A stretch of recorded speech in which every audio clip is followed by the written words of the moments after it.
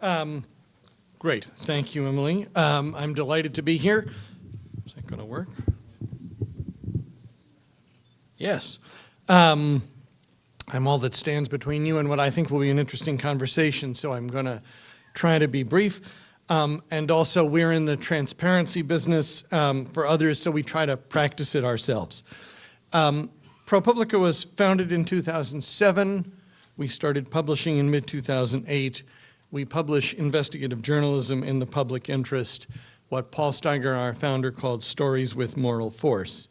Our mission, just completing, everybody should put up their mission statement, is to spur change through journalistic means. We're quite specific about it. That is what we mean by impact, and we chart it publicly 3 times a year. We put out an annual report early in January, a report on the first third of the year early in May, and we're at work on that now, and a report on the second third of the year early in September.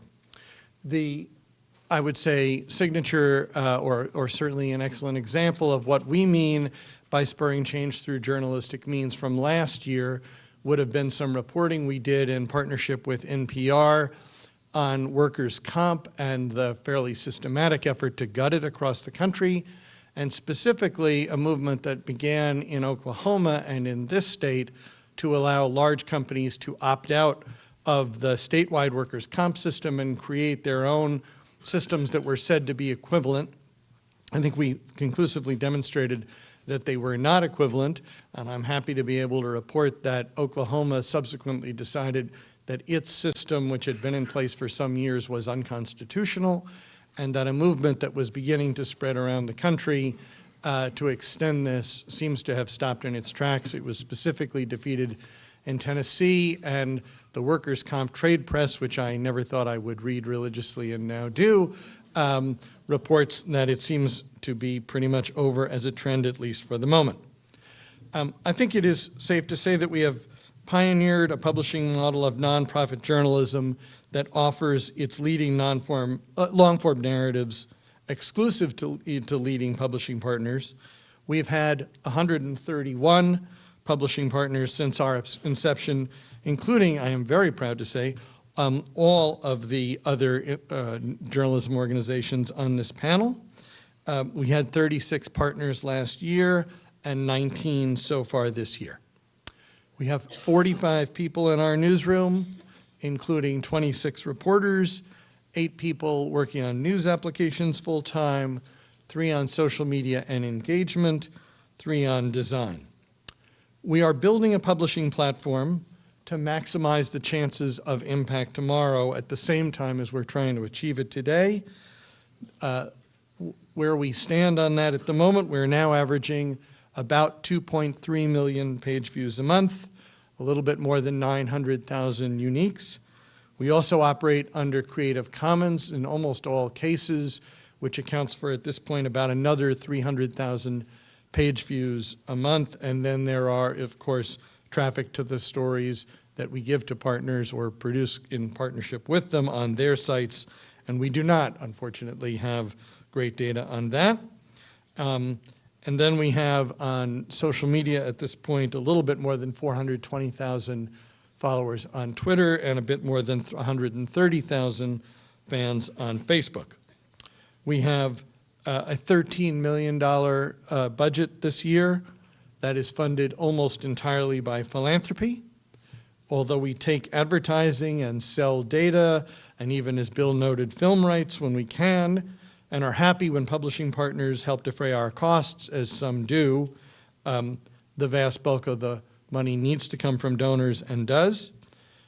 We started with almost all of our funding from our founding funders, the Sandler Foundation, and Herb Sandler remains the chairman of our board. But the Sandlers provided less than 24% of our funding last year, and we will hope that they will provide about 15% of our funding next year. Overall, we have 3,400 plus donors last year, already more than 800 so far this year. Not all of that comes in large chunks.